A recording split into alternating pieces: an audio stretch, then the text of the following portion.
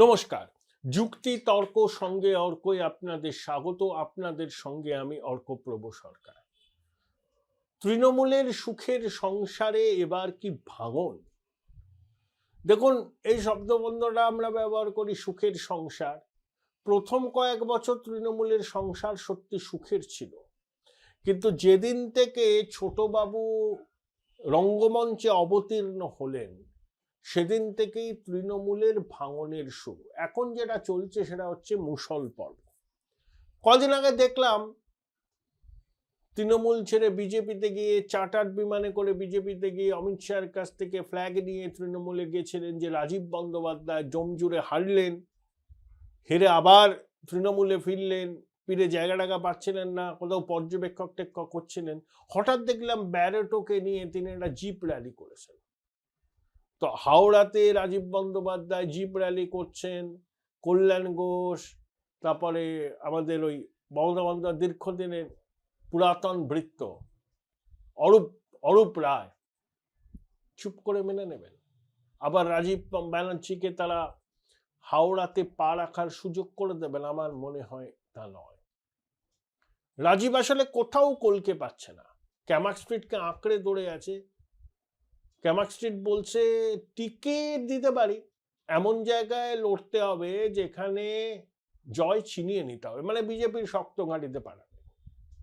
কোনো একেবারে safe secure সিটে রাজীব ব্যানার্জিকে প্রার্থী তৃণমূল করবে। এই তো প্রার্থী তালিকা তৈরি হবে, একটা কেন্দ্রে 100 জন করে দাবিদার। যে প্রার্থী হবে না সে বিক্ষুব্ধ হয়ে যাবে। দেখুন, একটা রাজনৈতিক দলে অনেকেই প্রত্যাশী থাকে টিকিটের, বিজেপিতেও আছে, তৃণমূলেও আছে, বামপন্থী দলগুলোও আছে, কিন্তু তাদের এই কোন্দল অতটা প্রকাশ্যে আসে না। আসে না তা নয়, আসে। কিন্তু তৃণমূল তো সব নিয়ম কানুনের বাইরে, ওটা তো আর দল নয়, ওটা প্রোপ্রাইটারশিপ। দিদিমণি আর তার এয়ার অ্যাপারেন্ট যা বলবেন, যা ভাববেন, সেটাই এখানে সবাইকে মানতে হয়। বেগরবাই করলে অর্থচন্দ্র খেতে হবে। এটা তৃণমূলের একদম এস্টাবলিশ ট্রুথ। স্বকীয়তা নেই, নিজস্ব চিন্তা ভাবনা করার ক্ষমতা নেই, থাকলেও সেটা প্রকাশ করা যাবে না। বঙ্গেশ্বরী যদি বলেন সূর্য পশ্চিম দিকে ওঠে, সমস্যারে বলতে হবে সূর্য পশ্চিম দিকে ওঠে। তো এই হচ্ছে তৃণমূল। ছোটবাবু চাইছেন এবার 294 জন যে প্রার্থী হবেন তার মধ্যে সংখ্যাগরিষ্ঠ তার অনুগামী থাক। দিদিমণি ছোটবাবুর খেলাটা বুঝে নিয়েছেন যে বেশি প্রার্থী খোকাবাবুর হলে পরবর্তীকালে খোকাবাবু না আবার অজিত পাওয়ার হয়ে যান, দিদিমণিকেই না চ্যালেঞ্জ জানিয়ে ফেলেন। তাই দিদিমণি এই ঝুঁকি নেবেন না। দিদিমণি চাইবেন তার ঘনিষ্ঠরাই বেশি বেশি সংখ্যায় টিকিট পাক। আবার দলীয় তহবিলের চাবিকাঠি ছোটবাবুর হাতে। আইপ্যাক ছাড়া তৃণমূল ভোটে লড়তে পারবে না, কারণ দিদিমণির পুরনো সঙ্গী সাথীদের সবার বয়স হয়ে গেছে। এতদিন ক্ষমতায় থেকে চর্বচস্য লেজ্জ পেয় করে ঠান্ডাগড়ে বসে বিলাস বৈভবের মধ্যে থেকে থেকে তারা কন্ট্যাক্ট সারিয়ে ফেলেছেন। কে এখন এই পিচগলা গরমে গ্রামে গঞ্জে ছুটে ভোটারের আশীর্বাদ চাইতে যাবে? অভ্যাসই নেই। দিদিমণিও সেটা জানেন। তাই তাকে ভরসা করতে হবে ছোটবাবুর উপর এবং আইপ্যাকের উপর। এখানেই একটা দর কষাকষি। ছোটবাবুকে ভোটে দাঁড়াবেন বলতে পারবো না, সম্ভাবনা আছে বললেও সেটা সঠিক নাও হতে পারে, না নেই বললেও সেটা নাও মিলতে পারে। যদি ছোটবাবুকে উপমুখ্যমন্ত্রী করার ব্যাপারে দিদিমণি সম্মত হন, যদি তৃণমূল ক্ষমতায় আসে, তাহলে হয়তো ছোটবাবু কোনো একটা নিশ্চিত কেন্দ্র থেকে লড়বেন। তো এই হচ্ছে ব্যাপার। আচ্ছা, রবীন্দ্রনাথ ঘোষ কুচবিহারের পুরপ্রধান, তাকে তো দল পদত্যাগ করতে বলেছিল। তিনি বলেছেন তিনি দিদিমণি ছাড়া কারুর কথা শোনেন না। দিদিমণি তো কুচবিহারে গেছিলেন, তার পুরাতন বৃত্ত রবি ঘোষ সেই পদে আছেন কি আমি ঠিক এই মুহূর্তে জানি না। কেউ আমাকে যদি জানান কমেন্ট বক্সে একটু লিখে জানাবেন। এরকম জায়গায় জায়গায় জায়গায় জায়গায় হচ্ছে। এই যে পুরপ্রধানদের ব্যাপক সংখ্যায় রদবদল করা হবে বলে হুঙ্কার দিয়েছিলেন না ছোটবাবু, কটা হলো? কটা করতে পারবেন না? একবারই চেষ্টা করলে দেখবেন জেলায় জেলায় ব্লকে ব্লকে পুরসভায় বিদ্রোহের আগুন জ্বলবে। মুষল পর্ব তো শুরু হয়ে গেছে, ভোটের আগে এসব করলে আর সামলাতে পারবেন না। সংসদীয় দল নির্বাচিত হয়েছেন 29 জন, এদের মধ্যে এ বলে আমায় দেখ, ও বলে আমায় দেখ। একজন সাংসদ আবার সিগারেট খাওয়া নিয়ে বিতর্কে জড়িয়েছেন। সৌগতবাবু মকদ্দারের সামনে ধোঁয়া ছাড়ছেন, সাফাই দিচ্ছেন যে দিল্লির দূষণ এতটাই যে একটা সিগারেটের দূষণ তার কাছে কিছু নয়। আবার কাকলি গোস্তদার যিনি মুখ্য সচেতক, তার প্রতিও অনেকে খুব বিরূপ। অনেক সাংসদ আবার দলকে না জানিয়ে সোজাসুজি কেন্দ্রীয় মন্ত্রীর কাছে চলে যাচ্ছেন দরবার করতে। আগমার্কা বামপন্থী ছিলেন, এখন ছোটবাবুর খুব ঘনিষ্ঠ এক সাংসদ, কথায় কথায় বলেন আমার সঙ্গে ছোটবাবুর একেবারে হটলাইন কানেকশন, তাই বেশি তাকে ঘাঁটালে পরে তিনি ছোটবাবুর কাছে সব নালিশ করবেন। কল্যাণ বন্দ্যোপাধ্যায় মহুয়া মৈত্রর সম্পর্কটা আমরা সবাই জানি। সুদীপবাবু অসুস্থতার জন্য আসেনি না, তাকে ভোটে দাঁড়াতে হবে, তিনি শারীরিকভাবে অসুস্থ সেটা জানা সত্ত্বেও তাকে লোকসভায় দাঁড়াতে হবে, সাংসদ হতে হবে, দিল্লিতে বাংলোটা পেতে হবে। কল্যাণবাবু প্রচন্ড ভোকাল, ছোটবাবুর গুডবুকে নেই। দিদি তাকে একটু বুঝিয়ে দিয়েছেন বেশি বেরো না, তুমি আমার পুরাতন ভৃত্য হতে পারো ঠিকই, কিন্তু আমারও তো সহ্য করার একটা ক্ষমতা আছে।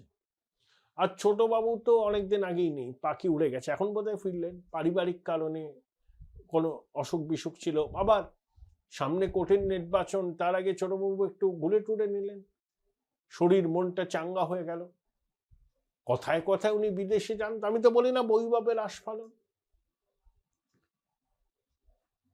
বছরে সুযোগ পেলেই তিনি পাড়ি দেন বিদেশে। আবার বিরোধী দলনেতা শুভেন্দু অধিকারী ডিপ্লোম্যাটিক পাসপোর্ট থাকা সত্ত্বেও কখনো তাকে দেশের বাইরে যেতে দেখা যায় না। শুভেন্দু অধিকারী কেন, কেন্দ্রীয় স্বরাষ্ট্রমন্ত্রী অমিত শাহ বিগত 20 বছরে একবারও বিদেশে যান, কিন্তু ছোটবাবু যান। নবীন প্রজন্মের নেতা না, অনার্জিত সম্পদ, বুঝলেন, খরচা করতে হবে। তো অনার্জিত সম্পদকে আপনি কিভাবে খরচা করবেন? বেড়াতে যাবেন, বিলাসের বৈভবের আস্ফালন করবেন, একে চ্যালেঞ্জ করবেন, ওকে চ্যালেঞ্জ করবেন, বোকা বোকা কথাকে এমন ভাবে বলবেন যেন সেটাকে চালাক চালাক শোনায়। অনুপ্রাণিত মিডিয়া ঢাকঢোল বাজাবে, দেখো দেখো আঞ্চলিক দলের সর্বভারতীয় সম্পাদক কত কথা বললেন, মানে গেঞ্জির আবার বুক পকেট। তো এই হচ্ছে বর্তমানে অবস্থা। সংসদীয় দলে একে অপরকে কেউ দেখতে পায় না, প্রত্যেকেই একজনের পিঠে ছুরি মারবার জন্য তৈরি, সবাই টেনে নামাতে চাইছে একে অপরকে। পরিষদীয় দলে কেউ কাউকে বিশ্বাস করে না, তারপরে কজন টিকিট পাবে, আইপ্যাকের কি সুপারিশ হবে, তাই নিয়ে তারা ভয়ে কাটা। আবার অনেকে তলায় তলায় বিজেপির সঙ্গে যোগাযোগ রাখছেন, তাই বিজেপি নেতৃত্ব দেখে নেবেন না এবার যারা কবার বেলতলায় যায়। কংগ্রেসটা যদি শক্তিশালী হতো, তৃণমূলের এই মুহূর্তে এখন অনেকে কংগ্রেসে চলে যেতেন, কিন্তু সেই রিস্ক তারা নিতে পারছেন না। তা বলে কি বিরোধী দলনেতার সঙ্গে তাদের যোগাযোগ নেই? বহু তৃণমূলের নেতা, সাংগঠনিক নেতা, জনপ্রতিনিধির সঙ্গে বিরোধী দলনেতার সুসম্পর্ক আছে। তাহলে ঠিক বিরোধী দলনেতার সঙ্গে যোগাযোগ রেখে চলে। দেখুন 2021-এর নির্বাচনের আগে শুভেন্দু বলেছিলেন যে কালীঘাটে পদ্ম ফুল ফোটাবো, সেটা পারেননি, অনেকটা এগিয়েও শেষ পর্যন্ত সফল হতে পারেননি। এবার তিনি কোনো কি চমক দেখাতে চলেছেন? রাজনীতির অন্তরে এমনটাই খবর। তবে বিজেপি নেতৃত্ব একটা জিনিস স্পষ্ট করে দিয়েছে, এবার কিন্তু ছাড়াই বাছাই হবে। তাপস রায়ের মতো নেতা যদি আসতে চান, স্বাগত,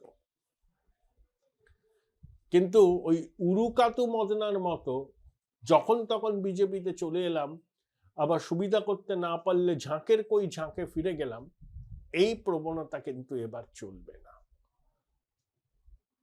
কিন্তু যতদিন যাচ্ছে তৃণমূলের অভ্যন্তরীণ কোন্দল খুলে আম চলে আসছে সামনে, কোনো রাগ ঢাক নেই তো। কল্যাণ মহুয়াকে নিশানা করছেন, মহুয়া কল্যাণকে নিশানা করছে। কাকলি ঘোষ দস্তিদারের বিরুদ্ধে ক্ষোভের জ্বালামুখ খুলে দিচ্ছেন সাংসদরা। সংসদে নিষিদ্ধ ই সিগারেট টানছেন সাংসদ। ছোটবাবু ঘনিষ্ঠ এক বিপ্লবী কথায় কথায় অন্যদের বলছেন যে আমাকে ঘাঁটিও না, আমার একেবারে হটলাইন, আমি তোমাদের সব কীর্তি ফাঁস করে দেব দলীয় নেতৃত্ব। কোন দল বললেও ওটাকে কম বলা হয়। আরে তৃণমূল ক্ষমতা থেকে উঠলে তো 48 ঘন্টা লাগবে না, তৃণমূল ভাঙবে আপনারা অনুমানই করতে পারছেন না। কিন্তু পরাজয়ের আগাম সম্ভাবনা স্পষ্ট হলেই দেখবেন ওই নৌকা ছাড়ার প্রবণতা আরো স্পষ্ট হচ্ছে তৃণমূলের নেতা, মন্ত্রী, সাংসদ, বিধায়কদের কাজকর্মের মধ্যে দিয়ে। Join Indian Institute of Hotel Management now. Right choice, right decision.